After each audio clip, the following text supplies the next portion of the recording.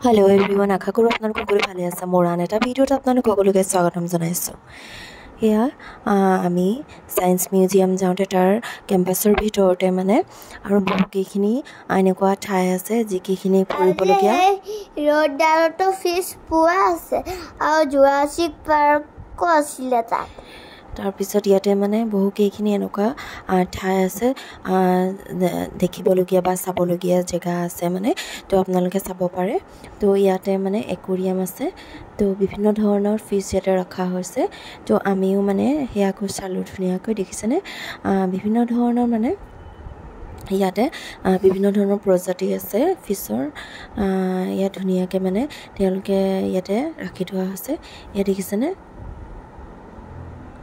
তো সকলোৰে নামবোৰ মানে মই ইয়াতে আপোনালোকক দেখাই দিব বা ক'ব পৰা নাই তাৰ কাৰণে বেয়া নাপাব তো ইয়াত আহিলে আপোনালোকে নিশ্চয়কৈ গম পাব কোনটো মাছ কি হয় কিছুমান ইয়াতে বৰালি এটা প্ৰজাতি আছে তাৰপিছত কান্দুলি আছে তাৰপিছত এইখিনি কালাৰফুল মানে সৰু সৰু ফিছ আছে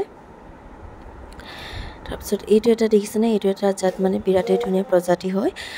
তাৰপিছত এইটো দেখিছেনে নিশ্চয় আপোনালোকে চিনি পাইছে চিতল মাছৰ নিচিনা হয় চিতলৰ এটা প্ৰজাতি হয় তাৰপিছত এয়া বৰালি মাছৰ এটা প্ৰজাতি তাৰপিছত এই মাছটোৰ নামটো মই একদম পাহৰিছোঁ দেই দেখিছেনে ইমানেই ধুনীয়া মানে কাটিংটো ইহঁতৰ মানে ডিজাইনটো মানে বিৰাটেই ধুনীয়া চালে চাই থাকিবলৈ মন যায় বিৰাটেই ভাল মানে ধুনীয়া তাৰপিছত এয়া দেখিছেনে এইটো এটা এই মাছটোৰ নামটো মই পাহৰিছোঁ দেই এই মাছটো মানে